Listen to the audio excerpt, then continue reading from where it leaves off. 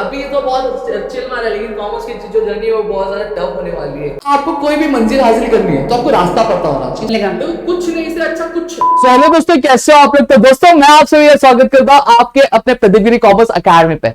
दोस्तों आज की जो वीडियो है बहुत खास होने वाली है। क्यों? क्योंकि ये 12th कॉमर्स वाले हमारे जो प्यारे प्यारे दोस्त थे उनके लिए होने वाली है। जी हाँ, आप कमेंट सेक्शन में कमेंट कर रहे हो कि सर 12th वालों पे भी थोड़ा ध्यान दे दो, 12th वालों के लिए भी ऐसे ही वीडियोस बनाओ। तो भैया आप टेंशन में, तो हमें याद है, हम आपके लिए भी चीजें लेकर आ रहे हैं, लगातार सारी चीजें आपको एक एक करके पहुंचा रहे हैं।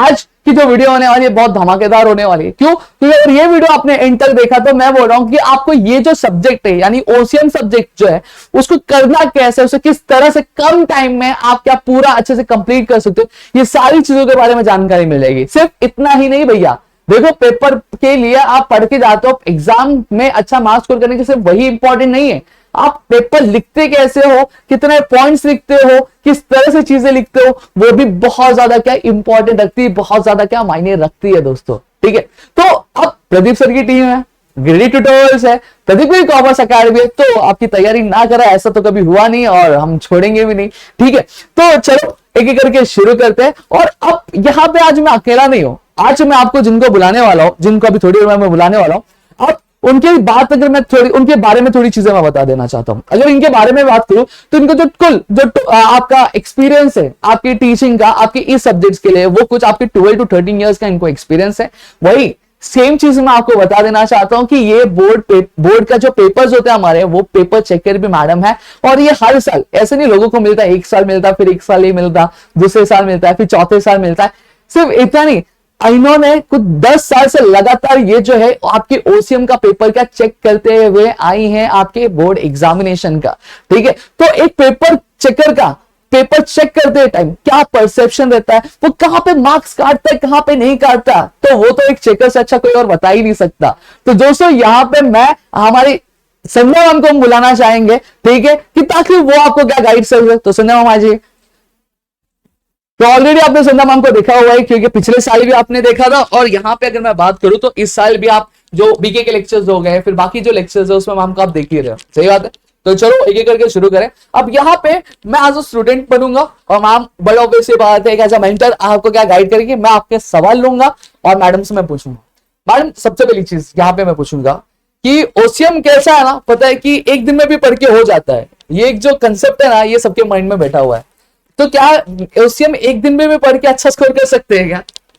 एक दिन में पढ़कर गेट थ्रू हो सकते हैं सब्जेक्ट से, आई मीन पास हो सकते हैं, बट अगर अच्छा स्कोर करना है तो उसके लिए प्रिपरेशन बहुत अच्छी चाहिए। लेकिन वो भी पास तभी हो सकते हैं शायद जब हम स्कूल में सारे लेक्चर्स हमने अटेंड किए रहेंगे, कॉलेजेस में सारी चीजें किए रहेंगे, क्लासेस में क्या रहेगा। हाँ करेक्ट है, ऐसे स्टूडेंट्स को ऐसे बच्चों को लगता है कि हम नहीं पढ़ते हैं तो भी हम स्कोर कर रहे हैं, हम पास हो जा रहे हैं, हमें जस्ट स्कोर मार्क्स मिल जा रहा है, जस्ट पास हो जा रहे हैं। ऐसा नहीं है, आप लोग जो लेक्चर्स स्कूल में अपने कॉलेज में अटेंड करते हो, वीडियोस देखते हो, हमारे वीडियोस देखते हो, या फिर आप अपने क्लासेस में पढ़ते हो, तो उन सबका इम्पैक्ट होता है। एंड आप जो सुनते हो वो आप क्या करते हो, पैसिवली वो आपके दिमाग में स्टोर होता है एंड आप उसको प्रेजेंट करते हो, तो आप अच्छा थोड़ा बहुत ठीक ठाक मार्क्स स्कोर कर लेते हो।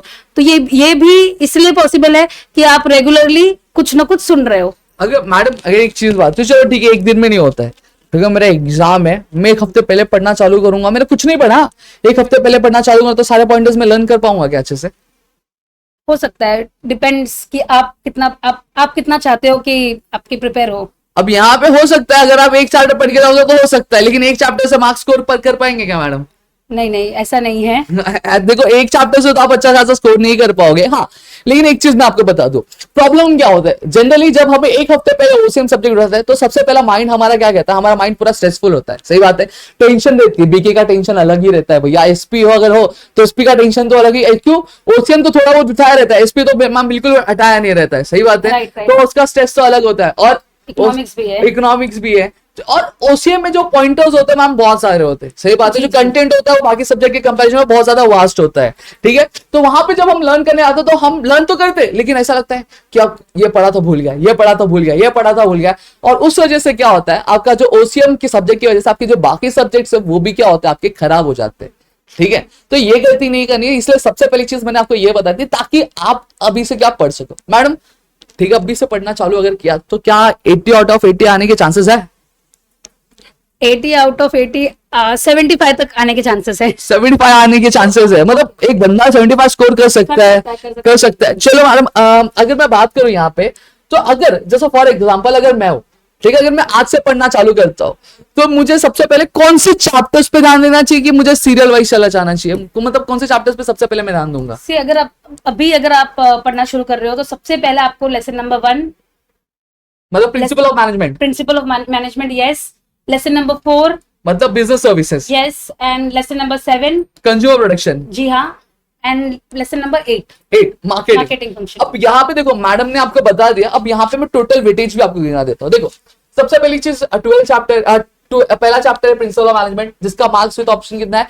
12 मार्क्स के। अब मार्क्स विद ऑप्शन मतलब क्या है? मतलब भैया 12 मार्क्स का क्वेश्चन दिया रहेगा, 12 मार्क्स के क्वेश्चन आपके पास रहेंगे, आपके पास चॉइसेस रहेंगे कि you can go for the 12 marks. सही बात है मैम।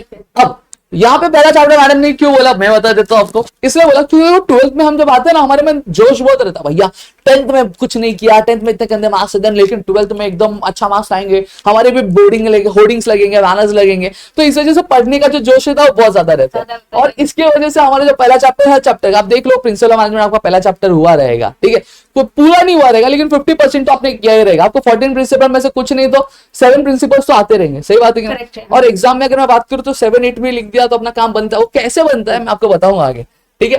तो ये हो गया, तो 12 मार्क्स हमारे यहाँ हो गए। फिर मैम ने बोला बिजनेस सर्विसेज, बिजनेस सर्विसेज कितने का है?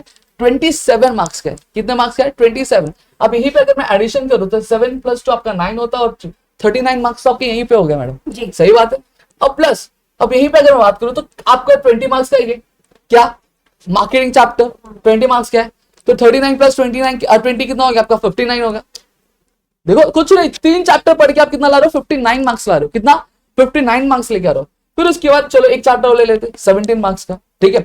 59 प्लस आपका 7 अगर ले लू, मैं आ जाता 66 प्लस आपका ये 10 और क्या दूं, कितना हो गया मैम? 76 तो ऐसी स्कोर कर रही है रिटर्न में। और ये जो वेटेज है, मैं रिटर्न की बात कर रहा हूँ भैया, इसमें ओरल वाला चीज नहीं छोड़ रहा हूँ मैं, आपके इंटरनल्स का नहीं छोड़ रहा हूँ मैं, यहाँ पे सिर्फ आप किसकी बात कर रहा हूँ। तो 76 मार्क्स तो मैम ऐसे छोड़, मतलब बाकी नहीं पढ़ूंगा तो भी चलेगा क्या? ऑब्जेक्टिव्स के लिए पढ़ना पड़ेगा। ऑब्जेक्टिव्स के लिए पढ़ना पड़ेगा। तो चलो मैडम एक डाउट और है, चलो ठीक है ये चैप्टर हो गया, लेकिन एक दिक्कत बहुत आती है, ये जो फंक्शंस ऑफ मैनेजमेंट है ना मैडम, इसमें बहुत ज्यादा प्रॉब्लम आता है। क्या है ना कि ये प्लानिंग है, कंट्रोलिंग है, ऑर्गेनाइजिंग है, डायरेक्टिंग है, फिर उसके बाद स्टाफिंग है, ऐसे बहुत सारे पॉइंटर्स है मैडम। पॉइंटर्स पढ़ के ना दिमाग खराब हो गया, मतलब पूरे चैप्टर का पॉइंटर अलग और ये एक तरफ अलग, बोझ बहुत ज्यादा है। इसके लिए कुछ है क्या? इसके लिए है कि आप लोग कॉमन पॉइंटर्स बना सकते हो जिसको आप प्रिपेयर कर सकते हो। कॉमन, आप हाँ कॉमन पॉइंटर्स मैडम, मतलब सारे प्लानिंग, ऑर्गेनाइजिंग, डायरेक्टिंग, मतलब सबके लिए एक ही पॉइंट, सबके लिए एक ही 7 पॉइंटर्स कॉमन जो सबके लिए प्रिपेयर करना है, सबके लिए प्रिपेयर करना रहेगा। हाँ, और एक चीज और, लेकिन कंटेंट तैयारी करेगा ना मैडम, कंटेंट वो खुद से लिख सकते हैं हम लोग मेरे ख्याल से। प्लानिंग है तो आपको प्लानिंग के लिए लिखना है, ऑर्गेनाइजिंग है तो ऑर्गेनाइजिंग के लिए लिखना है। तो वो हम अब दे देंगे ना बाद में, अलग हाँ, वीडियो बना, मैडम आपको दे देंगे। हम तो मैडम के लिए कमेंट जरूर कर देना, मैडम देगी नहीं। हाँ ठीक है। अब यहाँ पे देखो इतनी चीजें आपकी क्लियर हो गई, अब ये सब आपको समझ में आ गया कि कौन सी चीजें करें। अब यहाँ पे थोड़ा पेपर पैटर्न निकलेंगे मैम जी। अब पेपर पैटर्न देखो, पेपर पैटर्न हम क्यों बोलते हैं, रीजन है उसके पीछे। रीजन ये है कि देखो अगर आपको कोई भी मंजिल हासिल करनी है तो आपको रास्ता पता होना चाहिए। सेम चीज आपके एग्जाम में क्या आने वाला है वो आपको जब तक पता नहीं रहेगा तब तक आप प्रिपरेशन कैसे करोगे। जब आपको ये चीज पता चल गई ना, आपने ये ब्रेक डाउन कर लिया ना, मैं आपको एक चीज यहाँ पे कहता हूं कि आपका जो प्रिपरेशन है वो 100% बहुत ही अच्छा होता है, बहुत हीरे वाला आपका क्या हो जाता है, आपका प्रिपरेशन हो जाता है और आप आराम से स्कोर कर सकते हो, कम पढ़कर ज्यादा स्कोर कर सकते हैं। सही बात है ना। अब यहाँ पे मैम आप थोड़ा एक्सप्लेन कर देंगे पेपर पैटर्न जी। आप इस तरफ आ जाइए, मस्त सबसे पहले 20 मार्क्स के ऑब्जेक्टिव्स आपको प्रिपेयर करना है। अभी ऑब्जेक्टिव्स दूसरों के भरोसे नहीं रखना है, ऑब्जेक्टिव्स आप प्रिपेयर करोगे तो आप वो मार्क्स आपके हाथ में होगा। एंड ऑब्जेक्टिव्स प्रिपेयर करना बहुत जरूरी है। सी ऑब्जेक्टिव्स के कुछ एक मैम थोड़ा सा ऑब्जेक्टिव्स का तो लास्ट में जुगाड़ हो जाता है ना थोड़ा सा। नहीं, सारे स्टूडेंट्स जुगाड़ के चक्कर में ही रहते हैं, बट कहीं से जुगाड़ नहीं हो पाता है। बहुत सारे पेपर्स जब चेक करते वक्त हमने देखा है कि बच्चों ने राइट लिखकर भी दूसरों पे भरोसा करके उसको कैंसिल करके रॉन्ग लिख दिया है। अच्छा, इसी वजह से जब मैं अपने बोर्ड एग्जाम में था ना तो मैं भी ऐसे ही गया था थोड़ा सा, तो उसकी वजह से क्या हो गया, तो सब मैं पूछा, मेरा दोस्त बोला जुगाड़ पे, तो मेरे से पूछ रहा है आंसर क्या होता। अच्छा पढ़ के गया था थोड़ा बहुत, निकाल गया था थोड़ा सा, ऐसा होता है क्या। तो मतलब इस वजह से मतलब ये टॉपर्स होते हैं, हाईएस्ट स्कोर होता है, ये उसमें ऑब्जेक्टिव्स बहुत रोल प्ले करता है। ऑब्जेक्टिव्स डिसाइडिंग फैक्टर है, ऑब्जेक्टिव्स डिसाइडिंग फैक्टर है। अगर ऑब्जेक्टिव्स में आपको 20 on 20 मिल गया तो डेफिनेटली आपका जो स्कोर है वो 65 प्लस तो होना ही है। 65 प्लस आराम से स्कोर कर सकते हो। आराम से, क्योंकि बाकी सारे जो आंसर्स है, अभी समझो बहुत पढ़ाकू स्टूडेंट है, मतलब बहुत जिसका प्रिपरेशन बहुत अच्छा है, कंटेंट नॉलेज बहुत अच्छा है, अगर वो लिखा है तो उसको मैं 4 out of 4 अगर वो स्कोर कर रहा है, तो जिसने उतना अच्छा नहीं लिखा है बट पॉइंटर्स लिखा है उसको 3.5 मिल ही जाता है। तो मतलब उसमें डिफरेंस नहीं आता है, ऑब्जेक्टिव्स ही मेन डिसाइडिंग फैक्टर है। ऑब्जेक्टिव्स में डिसाइडिंग फैक्टर Yes. मतलब बेसिकली अगर मैं बात करूं, जो टॉपर होता है वो आपके ऑब्जेक्टिव्स को अंडरस्टिमेट कर देता है, तो कहीं ना कहीं ये गलती हो जाती है, इसकी वजह से इसका मार्क्स थोड़ा कम हो जाता है। right. एक टॉपर जो रहता है, एक जो प्रो लेवल होता है, वो सारी चीजें करके जाता है, सारी चीजें करके आता एक एवरेज स्टूडेंट टॉपर में ये फर्क हो जाता है थोड़ा सा। यही फर्क होता है, राइट। देख लो, ठीक है। अब मैडम एक डाउट और है, ठीक है। अब ये from the following type of सब क्वेश्चन, मतलब ये इतने सारे जे तक क्वेश्चन दिए, ये सब आएंगे क्या, कि इनमें से कोई 4 आएगा सिर्फ? इनमें से कोई 4 आएगा, इसमें से कोई 4 आ सकता है। देखो आपको मैं बता दूं कि select the correct option and rewrite the sentence, फिर मैच द पेयर्स। इन ये जो क्वेश्चन सारे दिए गए ना, इसका जो पेपर पैटर्न मैं आपको टेलीग्राम पे दे दूं, टेलीग्राम चैनल का जो लिंक है वो डिस्क्रिप्शन में मिलेगा, और नीचे आपको दिख रहा होगा ना, नीचे ये भाई सब डाल देंगे, नहीं डालेंगे तो ठीक है। तो नीचे आपको टेलीग्राम चैनल का लिंक मिलेगा, तो पीडीएफ में वहां पे शेयर कर दूंगा, जहां पे आपको इजिली क्या सारी चीजें मिल जाएंगी, ठीक है। ये हो गया मैडम, सही बात। अब एक डाउट और है मैडम, इतना सारा ऑब्जेक्टिव्स है, कहाँ से आएगा, कैसे पढ़ने का? टेक्स्ट बुक से, टेक्स्ट बुक के बाहर से कोई कुछ नहीं आता है, सिर्फ यस यस पक्का पक्का। मेरा 20 मार्क्स का आम सवाल है। हाँ, नहीं टेक्स्ट बुक से ही आता है। एक टेक्स्ट बुक के अलावा कुछ नहीं पढ़ू? टेक्स्ट बुक के अलावा कुछ नहीं पढ़ना है, सिर्फ टेक्स्ट बुक का ही पढ़ोगे तो आप लोग का बहुत 70 आप स्कोर, आपका अच्छा स्कोर हो सकता है। मैडम बोल रही है पेपर चेक कर, बोल रही है तो कुछ रहेगा तभी बोल रही है। राज की बात है, लीक हो रही है, किसी को बताना मत, ठीक है। बता देना, दोस्तों को बता देना, ठीक है, उनका भी भला हो जाता था। अब मैडम ये explain the following terms and concept. से explain the following terms of concept, आपको एनी 4 लिखना है फॉर 8 मार्क्स। 2 मार्क का है, 2 पॉइंट लिखना है, उससे ज्यादा लिखना नहीं है। लेकिन सेफ्टी के लिए हम 3 से 4 पॉइंट लिख सकते हैं। नहीं, इसमें अगर आपने एक पैराग्राफ वाइज में भी लिखा है, 1 पॉइंट लिखा है तो भी उसका मार्क्स मिलेगा, बट इसमें बहुत ज्यादा नहीं लिखना है, ज्यादा देखकर जो चेकर है वो थोड़ा इरिटेट हो जाता है। लेकिन हाँ, एक चीज आप ये कर सकते हो कि अगर आपको पॉइंटर्स आपने फिक्स नहीं है कि हाँ थोड़ा सा 19-20 लग रहा है, तो आप 2 मार्क्स के लिए 3 से 4 पॉइंट आप लिख दो, ताकि आप सेफ साइड में रहो। समझ में आ गया? तो ये चीज आप क्या कर लेना, ठीक है। अब नेक्स्ट मैम, ये कैसे पढ़ने का, ये कहाँ से पढ़ेगा? C explain the following term concept. अगर आप ऑब्जेक्टिव्स पढ़ रहे हो, अगर आपका ऑब्जेक्टिव्स एकदम क्लियर है, तो उसमें जो सेंटेंस है, मीनिंग, ये सब आप यूज करके एक्सप्लेन द कंसेप्ट आप बना सकते हो अपना। ठीक है। फिर स्टडी द, ये मैम ये बहुत नया है, ये 10th स्टैंडर्ड में मे भी था ना, तो था नहीं, और मैं 12th में भी था नहीं, मे भी जब 12th में था ना तो भी नहीं था। ये कुछ नया आया है, तो इसको मतलब केस स्टडी वाली चीजें कहाँ से करनी है? अभी पिछले 3 साल से मेरे ख्याल से राइट सिलेबस चेंज हुआ है 2020 में, तब से ये ऐड किया गया है। सी ये मुझे लगता है ये बच्चों को पास करने की साजिश है, इसकी वजह से ये ऐड किया गया है। मतलब वो होता है ना, कोई भी चीज अगर शिद्दत से चाहो तो पूरी कायनात तुम्हें उससे मिलाने की क्या साजिश रची रहती है। तो सेम चीज, अगर आप पास होना चाहते हो तो देखो, गवर्नमेंट कभी भी आपको फेल नहीं करना चाहती। मैं आपको ये चीज मैं बहुत क्लियर बोल देता हूँ, ठीक है। इवन तो जो पेपर, मैम आप किसी बच्चे को फेल करना चाहोगे क्या? नहीं अरे वो मैम बोल रही है किसी को फेल नहीं, सिर्फ मैम ही नहीं, जितने भी पेपर चेकर्स होते हैं वो आपको फेल नहीं करना चाहते, मैं आपको बता दूं। बट हाँ, हमारे जो दोस्त होते हैं वो थोड़ी सी, ये जो शाहरुख खान वाला जो डायलॉग है ना, वो बहुत सीरियसली लेते रहते हैं, तो जो फेल होने की पूरी जो साजिश रहती है वो अच्छे रहते हैं। तो एक्चुअली बहुत जो रेशियो होता है उससे में बहुत कम रहता है। सही बात है मैम, अगर आप लिखते भी हो पेपर तो आप आराम से पास हो सकते हो, लेकिन अगर आपको अच्छा स्कोर करना है तो ये चीजें पे ध्यान दो। मैडम आप बता दीजिए कैसे लिखना है। सी केस स्टडी अगर आप देखोगे तो हर चैप्टर में सिर्फ 3 to 4 है, और अब तक टेक्स्ट बुक के बाहर का एक भी आया नहीं है। तो इसमें out of 3 any 2 you have to attempt, और दोनों में क्या होगा, 3 उसकी सब डिविजन, मतलब 3 क्वेश्चंस होंगे फॉर 1 मार्क्स ईच। तो मतलब केस स्टडी जो आप 2 अटेम्प्ट करोगे वो टोटल 6 मार्क के होंगे। तो 1 लाइन में आपको क्या करना है, आंसर करना है। 1 सेंटेंस में आपने आंसर किया है, करेक्ट है, आपको मार्क्स मिल जाएगा। अब मैम इसमें 1 सेंटेंस में आंसर देना, एक्चुअली 3 क्वेश्चन रहेंगे, फिर मेरे 3 क्वेश्चन रहेंगे। हाँ, पर जो क्वेश्चन है वो 3 मार्क्स का है, तो टोटल 6 मार्क्स का है। हाँ। तो मतलब 3 क्वेश्चन 1 सेंटेंस के पूछे जाएंगे, and I have to write 1 or 2 sentences, right? मुझे 1 या 2 सेंटेंस में जी वर्ड में नहीं लिखना है ना मुझे? अगर नहीं वो हम बाद में बात करेंगे उसके बारे में। वो वर्ड में एक्चुअली नहीं लिखना है, क्योंकि वर्ड में हम लोग बाद में बात करेंगे। अब उसके भी क्यों, इसके लिए एक सेपरेट वीडियो आने वाली है आपकी। मैं आपको फिर भी बता देता हूँ, वर्ड में मत लिखो, क्योंकि वर्ड में लिखो तो कहीं ना कहीं आप रिस्क वाले फैक्टर पे चले जाते हो, ठीक है। अब 1 सेंटेंस में एकदम सेफ साइड हो, एकदम मस्त हो, क्योंकि कहीं पे आंसर इन 1 सेंटेंस बोला रहेगा। State the following cases, situation and express your opinion. तो 1 वर्ड के लिए आपको 1 मार्क्स नहीं मिलेगा कभी भी। हाँ, पेपर चेकर्स हो सकता है कि जब चेकिंग करते टाइम जो गाइडेंस है उसमें प्रोवाइड किया जा सकता है, जी। बट यहाँ पे आप वन सेंटेंस लिखो ताकि आप एकदम सेफ साइट रहो, ठीक है। अब ये भी टेक्स्ट बुक से करना है मैडम। फिर डिस्टिंग्विश बिटवीन की अगर बात करो तो ये जो डिस्टिंग्विश 4 आ रहे हैं मैडम, मतलब क्या करना है इसको कुछ थोड़ा सा डिस्टिंग्विश बिटवीन, मतलब क्या ये कहाँ से पढ़ना है? ये भी टेक्स्ट बुक से ही पढ़ना है। तो थोड़ा सा हम टिप्स और ट्रिक्स थोड़ा सा डिस्टिंग्विश के लिए मिनिमम 7 पॉइंट्स आपको लिखना है। अगर आप कोई रिलायबल में देखोगे या आप कोई स्टडी मटेरियल में देख रहे हो तो वहां पे उन्होंने बोला है कि सिर्फ 4 पॉइंट्स लिखना है। बट कैसा है कि इतना डेप्थ कंटेंट हम लर्न नहीं कर पाते बिकॉज हमारे पास बहुत सारा चीजें है पढ़ने के लिए। तो आपको क्या करना है, pointers, number of pointers increase कर देना है। अगर आपका स्कोर 70 अब जा रहा है तो आपका एक माइंड में होता है कि अगर हम लोग हेड पॉइंट्स नहीं लिखेंगे तो मार्क्स मिलेगा क्या। अगर आपका एवरेज स्कोर है तो हेड पॉइंट्स नहीं लिखा तो भी हम कंसीडर करते हैं, बट अगर आप एक टॉप स्कोरर हो तो फिर उसके बाद आपका सब नेगेटिव मार्किंग शुरू हो जाएगा। डाउट है, डाउट मुझे भी था एक्चुअली कि ये हेड पॉइंटर्स लिखना क्या कंपलसरी है, अगर नहीं लिखते तो क्या मेरे मार्क्स कटते हैं? तो मैडम ने जवाब दे दिया कि अगर आप एक ऑन एन एवरेज स्टूडेंट हो तो बीच वाला मार्क्स अगर आपका था वैसे तो सब बरोबर हो, लेकिन अगर मार्क्स थोड़ा कम ज्यादा होता है, ठीक है, अगर थोड़े से आपके कम होते किसी के ज्यादा आते तो कम आते हैं तो वहां पे आपके जो हेड पॉइंटर्स होते हैं उसके मार्क्स रिडक्ट नहीं किए जाते। But when you are a topper, आप स्कोर करते हो अबव 70 तो वहां पे वही जो चीज है आपकी क्या बन जाती है, एक लैक ऑफ पॉइंट बन जाता है और वहां पे आपके जो मार्क्स है वो क्या कट कर दिए जाते हैं।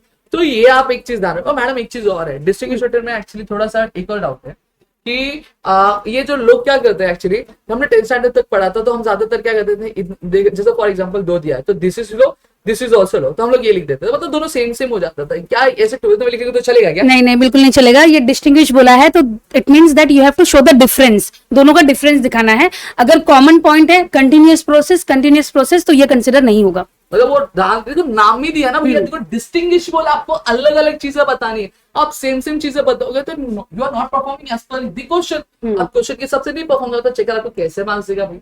और एक चीज और बता देता हूँ एक्चुअली, यहाँ पे मैं एक चीज और बताऊँ तो देखो एक जो सेंटेंस और लाइन्स वाला मैम, एक चीज आपको हमारे कॉमर्स स्ट्रीम में क्वालिटी तो मैटर करता है बट क्वांटिटी भी मैटर करता है। करेक्ट, सही बात है। अब यहीं पे जैसे फॉर एग्जांपल अगर मैं लेता हूँ, ये आपका डिस्टिंग्विश हो गया, ठीक है, चलो लाइन ये आपने डिस्टिंग्विश बना दिया, सही बात है। अब यहाँ पे एक पॉइंट मैंने लिख दिया, अब हेड पॉइंट आप कहीं पे भी लिख सकते हो। अगर आप विल कर रहे हो यहाँ पे लिखने के लिए तो आप यहाँ सॉरी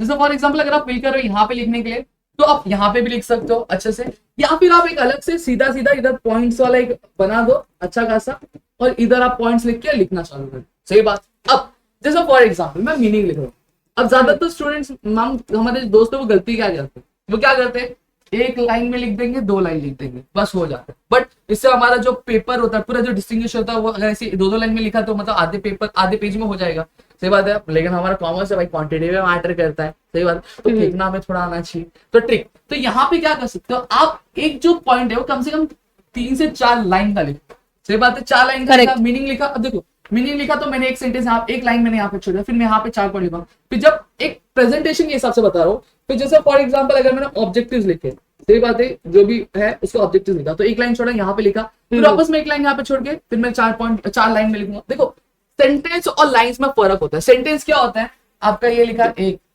फिर 2 फिर 3 फिर 4, ये सेंटेंसेस हो गए जहां पे आप अलग अलग सेंटेंस। लाइन क्या होता है आप कंटिन्यूस में क्या करते हैं लिखते जा रहे हो, ठीक है, वो आपकी लाइंस होती है। तो ये चीज आपको समझ लो, तो ये आपने समझ लिया तो कहीं ना कहीं आपका जो डिस्टिंग्विश था 1.5 पेज का जाना चाहिए, ठीक है, जिससे वजह से एक इम्पैक्ट आता है कि बंदे ने लिखा हुआ है और ताकि जो पॉइंटर्स होते हैं वो क्लियर दिखने चाहिए, क्लियर दिखने लगे। और एक चीज पेपर बहुत सारा होता है तो थोड़ा सा हो जाता है, मतलब जो चेकर होता है वो इतनी चीजें भी, पेपर प्रेजेंटेशन अच्छा सारी चीज अच्छी है तो अपना वो पॉइंटर्स अपना प्रॉपर लिखे तो अपने मार्क्स मिल जाते हैं, सही बात है कि नहीं। और अपनी कंटेंट एज पर जितनी रिक्वायरमेंट उतने अपने लिख दिए तो आपका काम क्या हो गया, सही बात है। अब ये डिस्टिंग्विश बिटवीन का मैंने चीज आपको बता दी, अब मैडम ने बता दी। अब आंसर इन ब्रीफ की अगर बात करें, अब मैम ये जो आंसर इन ब्रीफ है ये 4 मार्क्स के लिए एक क्वेश्चन, 3 क्वेश्चन आ रहे हैं, ठीक है, उसमें से हमें कोई भी क्या करना है 2 लिखना है, ठीक है। अब 4 मार्क्स, अब सवाल ये मैडम बच्चों का ये 4 मार्क्स के लिए कितने पॉइंट्स हमें लिखने चाहिए? 4 मार्क्स के लिए 7 to 8 पॉइंट्स, 7 to 8 पॉइंट्स, मतलब पर मार्क्स के लिए आपको 2 पॉइंट्स लिखने चाहिए। जी जी जी, सही बात है। जी जी। अब इसमें भी सेम चीज कंटेंट मैडम रूल फॉलो होगा, ठीक है। जैसे अगर फॉर एग्जांपल अगर बात करूं तो इसमें आप थोड़ा सा फ्लो चार्ट बनाना चाहते हो तो फ्लो चार्ट बना दो, जिसकी वजह से आपका क्या होगा एक अलग इम्पैक्ट जाएगा आपके, ठीक है, आपके चक्कर। नेक्स्ट चीज आप क्या कर सकते हो, अब आपको पेपर पढ़ा, अब इसको भी आपको कुछ नहीं तो वन एंड हाफ पेज का तो आपका आंसर लिखना पड़ेगा, सही ना मैम? जी, जी। आप 1 पेज पे भी लिखते हो तो क्वांटिटी बहुत कम दिखने लगती है। हाँ, क्वालिटी भी मैटर करता है। लिख रहे हो तो कुछ भी मत लिख के आ जाना, उसमें भी आपको चीजें लिखनी पड़ेंगी, समझ में आ गया? तो वहां पे आपको 1 और 1.5 पेज का तो कम से कम आंसर जाना ही चाहिए 4 मार्क्स में भी।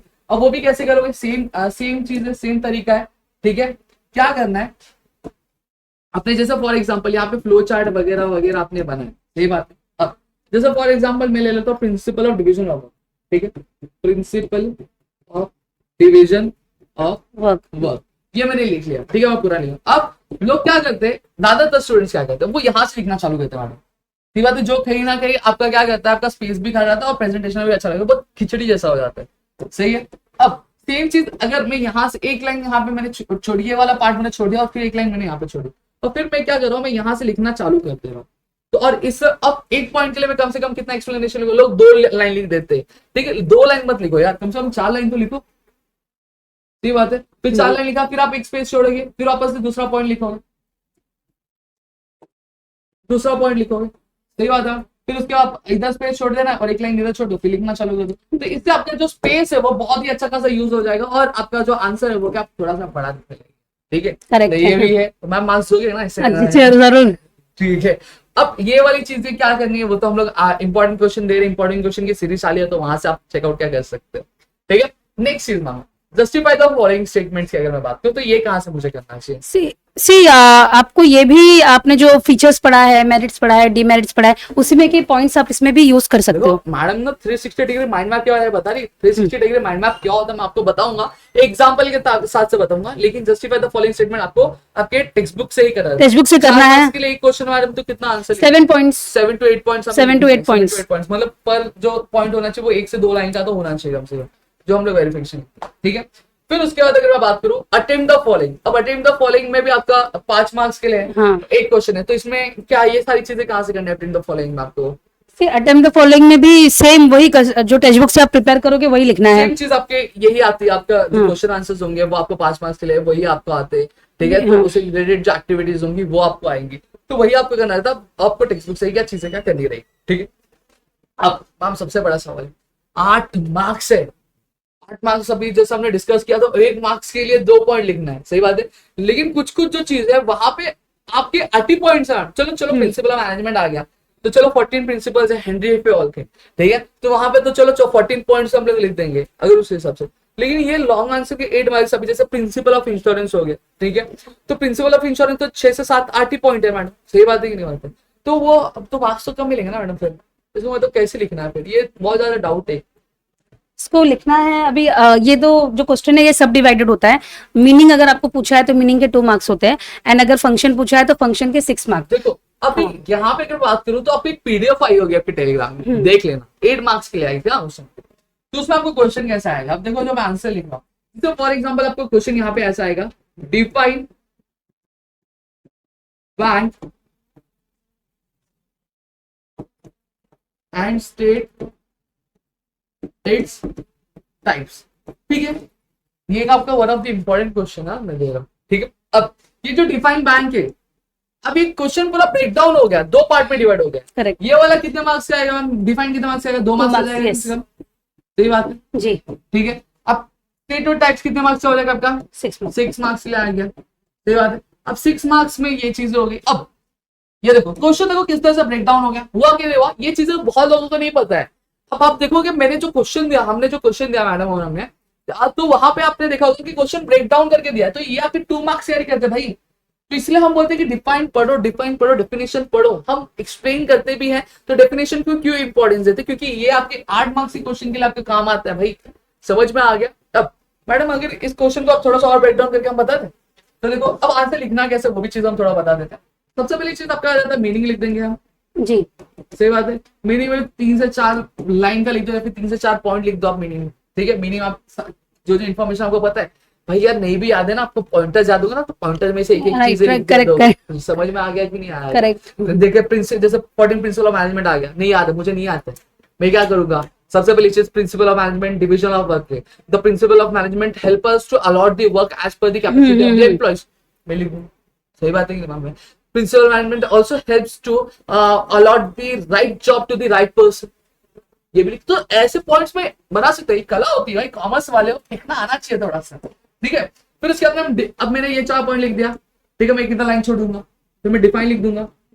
अब डिफाइन लिखने का भी तरीका है, लोग क्या करते हैं डिफाइन लिखते हैं management in so and so, ऐसा मत करो ना, सीधा सीधा क्या करो, अकॉर्डिंग टू जो भी ऑथर का नाम है वो ऑथर का नाम लिखो और फिर लिखो। हाँ लेकिन हाँ एक कंडीशन और यहाँ पे बता दूं, अगर ऑथर का नाम नहीं याद है, क्लियर नहीं, अगर ऑथर का नाम याद है लेकिन डेफिनेशन आपको पूरा क्लियर याद है तो ऑथर का नाम मत लिखो, राइट, खुद से लिख दो। जैसे अगर 2 मार्क्स का यहाँ पे दे रही है मैडम तो आपको 1 मार्क्स तो मिलेगा। तो कुछ नहीं से अच्छा कुछ है, पूरा नहीं मिल रहा लेकिन कुछ तो मिलेगा, वो तो अच्छा रहेगा। खुद का डेफिनेशन बना के लिख दो, मीनिंग पता है ना, सिनोनिम्स पढ़े ना, वर्ड के थोड़े हेरफेर करो, लिख दो, हो गया काम, समझ में आ गया, इतनी चीजें क्लियर। हाँ एक चीज और इंट्रोडक्शन वाले पार्ट में, अब जैसे हेनरी फ्योल का है, तो हेनरी फ्योल के बारे में आपने टेक्स्ट बुक में देखा होगा, कुछ कंटेंट दिए गए 2 से 3 लाइन के बारे में दिया, वो 2 से 3 लाइन आप लर्न करके रख लेना। तो वहां पे इंट्रोडक्शन में ये लिख देना, फिर मीनिंग आपको प्रिंसिपल का मैनेजमेंट का नहीं मिलेगा थोड़ा सा, ठीक है, तो वो यहाँ पे काम आ जाएगा। फिर डेफिनेशन आप लिख दोगे, सही बात है। फिर उसके बाद आप प्रिंसिपल ऑफ मैनेजमेंट आ रहे, सही बात, अपनी डेफिनेशन लिखा, जो भी जितना भी आपका अलॉट करेगा, फिर 1 लाइन छोड़ दोगे आप। फिर आपका आता है क्या 14 प्रिंसिपल ऑफ मैनेजमेंट, मैं आपको एज एग्जांपल दे रहा हूँ, 14 प्रिंसिपल्स ऑफ मैनेजमेंट आप लिख दोगे, ठीक है। अभी डायरेक्ट पॉइंट एक्सप्लेन करना मत चालू करना, इससे पहले हम क्या करेंगे, थोड़ा सा फ्लो चार्ट बना देंगे, ऐसे ऐसे। अब ये फ्लो चार्ट कैसे बनाना उसकी भी मैं एक वीडियो बनाऊंगा कि एक अच्छा फ्लो चार्ट कैसे बनाया जाए, ठीक है। इसकी प्रैक्टिस करना अभी से चालू कर दो, एग्जाम में सोचोगे मैं फ्लो चार्ट बना लूंगा भैया, लगता है लेकिन टाइम यही ले लेगा, क्योंकि समझ में नहीं आया कौन सा शेप में बनाओ क्या बनाओ, तो इससे अच्छा पहले से प्रैक्टिस करो, पता रहेगा, बस क्या करना रहेगा वहां पे ड्रॉ करना रहेगा, ठीक है। तो आप आंसर राइटिंग प्रैक्टिस नहीं करो, फिर उसके बाद आप क्या करना चालू करो, अपना जो पॉइंटर है वो एक्सप्लेन करना क्या चालू करो, यहाँ पे लिखा पॉइंटर, फिर कोलन देके फिर इसके नीचे से लिखना क्या चालू करो, वही सेम चीज 3 से 4 लाइन आप ऐसे कर करके एक्सप्लेन करो। अब बस लास्ट में क्या ऐड कर देना है, कंक्लूजन ऐड कर देना है, कंक्लूजन ऐड कर देना। तो आपका जो पेपर होगा, जो चेकर होगा, वो जब देखेगा ना बोलेगा अति सुंदर, समझा, तो यहाँ पे आपका पेपर जो है वो बहुत जा जाएगा, ठीक है। तो कंक्लूजन अब कंक्लूजन कैसे लिखेंगे, कुछ नहीं लिखना है ना, मीनिंग पढ़ा है, सब कुछ पढ़ा है, जो समझा लिख दो, 2-3 लाइन, खत्म, डन। 8 मार्क्स का क्वेश्चन ब्रेक डाउन कर देना हमने, सही बात है। तो इस तरह से आपके 8 मार्क्स के क्वेश्चन लिखे जाएंगे, और ये जो पेपर होगा ना आपका कुछ नहीं, जितना मैंने कंटेंट बनाया अगर आप प्रॉपर्ली फॉलो करते हो तो आपका कुछ नहीं जाएगा, तो कुछ 3 से 4 पेज तो आराम से ये ग्राफ करने वाला है, सही बोल रहा हूं? करेक्ट 3 से 4 पेज जो आपका इजिली क्या ग्राफ करना है। एक डाउट था मैडम, अब 6 मार्क्स के लिए क्वेश्चन ब्रेक डाउन किया तो कितने पॉइंट्स लिखने पड़ेंगे, जैसे प्रिंसिपल ऑफ मैनेजमेंट अगर बात करें हेनरी फ्योल का, तो 14 प्रिंसिपल, तो मुझे कम से कम कितने लिखनी चाहिए, 7 to 8 लिखने चाहिए। 7 to 8 वाला जो रेशियो वो आपको यहाँ पे क्या मेंटेन करना पड़ेगा, समझ में आ गया, क्लियर हो गया, ठीक है। तो इतनी चीजें मेरे ख्याल से आपको क्या क्लियर होगी। अब यहाँ पे पूरा जो पेपर पैटर्न हमने ब्रेक डाउन कर दिया ऑलरेडी, इंपॉर्टेंट क्वेश्चन के जो सीरीज है वो आपकी चल रही है चैनल पे, तो आप जाके वो चेकआउट कर लो, नीचे टेलीग्राम चैनल का लिंक दिया वो मैम एक डाउट हुआ। अब चलो इनको थोड़ा सा पासिंग रूल के बारे में बता दे देखो यहाँ पे आप सारी चीजें बता दी है, ठीक है। अब यहाँ पे इंटरनल, ये जो मैं पीडीएफ आपको दिखा रहा हूँ ये मैंने नहीं बनाया, ये आपके महाराष्ट्र बोर्ड की है, ठीक है। तो यहाँ पे मैं डिजाइन नहीं करके लेकर आया हूँ कुछ भी कि चलो अपना एक वीडियो बन जाएगा, कंटेंट बन जाएगा, ऐसा कुछ नहीं है, ऐसा नहीं है, ऐसा नहीं। अब ऑफलाइन क्लासेस में भी हम बैचेस लेते हैं, ऑफलाइन चीजें भी लेते हैं, वहां पे भी हम स्टूडेंट्स को प्रिपेयर, तो ऐसा नहीं करेंगे। और मैं आपको बता दूं ऑफलाइन क्लासेस में ऑलरेडी हमारे स्टूडेंट्स जिन्होंने 96, 97, 98 तक स्कोर किया है आपके ओसीएम में, समझ में आ गया, तो इसमें कुछ ये नहीं है, ठीक है। इतनी चीजें क्लियर हो गई। अब यहाँ पे अब मैडम अगर मैं बात करूँ तो ये पूरा पेपर पैटर्न है हमारा, सही बात। अब तो फर्स्ट टर्म जो होता है वो 50 मार्क्स का जो अभी आप देने वाले हो 30 के आसपास से चालू होने वाला है मैडम, सही बात है जी जी। अब थियरी एग्जाम की अगर मैं बात करूँ, थियरी एग्जाम कितने होंगे होते हैं हम 80 मार्क्स, राइट। और एप्लीकेशन यानी एबीटी होता है जो 20 मार्क्स के होते हैं, यस। हाँ, जिसको इंटरनल इवैल्यूएशन बोला जाता है। अब एबीटी कैसे करना है, किस तरह से आना है, मैम एबीटी थोड़ा सा बता देंगे। जी जी। एबीटी में अगर मैं बात करूं, देखो आप ये रहा, देखो आपका भाई यार सब कुछ लेकर आया यार, सब कुछ लेकर आया फिलहाल, ठीक है। यहाँ पे देखो अब आपको पूछा क्या जाता है, अब आपको क्या बोला गया, हमने बोला कि आप ऑब्जेक्टिव क्वेश्चन कर लो, उससे एक तीर से मैम 2 निशाने लग रहे हैं, राइट। आपका इंटरनल भी हो रहा है और प्लस आपका एक्सटर्नल यानी आपका रिटर्न भी हो रहा है। देखो मैंने क्या बोला, correct the underline words and rewrite the following sentence, क्या है ऑब्जेक्टिव है। सेम तरह का क्वेश्चन हमने किसमें देखा था, हमने 20 मार्क्स के क्वेश्चन लिया, कितने मार्क्स मैम 4 मार्क्स है, सही बात है। कंप्लीट द सेंटेंस सेम चीज है 4 मार्क्स के लिए। फाइंड द ऑड वन या फिर arrange in proper order 3 marks के लिए आएगा। फिर study the case following situation 4 देंगे, उसमें से 3 आपको अटेंड करेंगे, 9 मार्क्स के लिए रहेंगे। तो ये आपका एबीटी है। अब मैडम अगर मैं बात करूँ तो इंटरनल वाला ये पार्ट होगा। अगर इंटरनल में अगर कोई बच्चा है उसको कितना मिल जाएगा हमसे ऑन एन एवरेज, अगर मैं बात करूँ 17 के आसपास, 17 16 16 17 के आसपास सबको मिल जाता है भाई। अब मैडम नहीं बता सकती लेकिन मैं बता रहा हूँ, ठीक है। अब यहाँ पे चलो फॉर एग्जाम्पल, अब यहाँ पे अगर जैसे मैम मैंने अपने इंटरनल्स में क्या किया, मैंने सिर्फ ऑब्जेक्टिव्स पढ़ के या और थोड़ा बहुत ब्रीफ मैंने कर लिया, तो चलो मैंने घीस पास के मैंने कितना कर लिया 25 मैंने अपने रिटर्न में स्कोर किया, ठीक है। अब आप बोल रहे हो कि 15 के आसपास आता है, चलो मुझे 15 भी नहीं, चलो 15 मिला मुझे, ठीक है। तो यहाँ पे मैंने 15 किया, मतलब ये दोनों ऐड होगा क्या? यस, ऐड हो जाएगा। तो मतलब 5 कितना होता है 10 होता है, और ये 1 आपको मतलब 2 1 3 प्लस मतलब पास हो गया। यस, इसको बोलते हैं कंबाइंड रूल बोलते हैं। क्या बोलते हैं इसको? कंबाइंड रूल बोलते हैं, ठीक है। ये चीजें बहुत सारे लोग आपको नहीं बताएंगे, लेकिन हम यहाँ पे बता रहे हैं बस आपको कॉन्फिडेंस दिलाने के। लेकिन भैया इस पे मत डिपेंड रहो, ठीक है, ये चीज पे मत रहो। क्यों? क्योंकि आप अच्छा स्कोर कर सकते हो। करेक्ट। आपके आगे एग्जामिनेशन है जिसके आपके मेरिट के बेसिस पे, आपके परसेंटेज के बेसिस पे आपके एडमिशन होंगे, और आपकी ग्रेजुएशन, आपकी असली जर्नी वहां पे चालू होगी। भैया मैं आपको बता रहा हूँ अभी तो बहुत चिल मारा है, लेकिन कॉमर्स की जो जर्नी है वो बहुत ज्यादा टफ होने वाली है, क्योंकि आगे आपको बहुत ज्यादा कंपटीशन क्या फेस करना पड़ेगा, राइवल भी बहुत ज्यादा फेस करनी पड़ेगी, ठीक है। तो इस तरह से आप क्या हो सकते हो, इजिली आप पास हो सकते हो। आपका पूरा 12th ओसीएम का स्ट्रैटेजी पूरा ब्रेक डाउन कर दिया गया, ठीक है। तो आप यहाँ पे आप क्या करोगे, बस अब फटाफट से लग जाओ काम पे। हमने सारी चीजें आपको बता दी, इंपॉर्टेंट क्वेश्चन चल रहा है, सारी चीजें चल रही है। बाकी सब्जेक्ट का भी चाहिए तो बोलो, हम लेकर आएंगे ना, हाँ, okay. लेकर आएंगे सारी चीजें। और वन शॉट चाहिए, इजी ट्रिक वीडियो चाहिए, बताओ कमेंट सेक्शन बताओ, लेकर आएंगे हम आपके लिए, ठीक है। तो मिलेंगे हमारे नेक्स्ट वीडियो में, तो तब तक के लिए घर पे रहो। मैडम को एक बार थैंक यू बोलो, मैडम लेकर आए आपके लिए सारी चीजें लेकर आए, ठीक है, ताकि मैडम आपको एग्जामिनेशन के टाइम पे भी और आगे आने वाले टाइम पे भी। अभी एक वीडियो बाकी है, फंक्शंस ऑफ मैनेजमेंट बाकी है, मैडम देगी नहीं अगर कमेंट नहीं किया तो, ठीक है। तो फंक्शंस ऑफ मैनेजमेंट वाली भी वीडियो हम लेकर आ जाएंगे, किस तरह से लर्न करना है, कैसे क्या सारी चीजें करनी, सारी चीजें हम लेकर आएंगे। और ऐसी और वीडियो के लिए कमेंट करो ताकि हम और लेकर आए, और मिलेंगे हमारे नेक्स्ट वीडियो में। तो तब तक के लिए घर पे रहो, सुरक्षित रहो, अपना ध्यान जरूर रखना दोस्तों।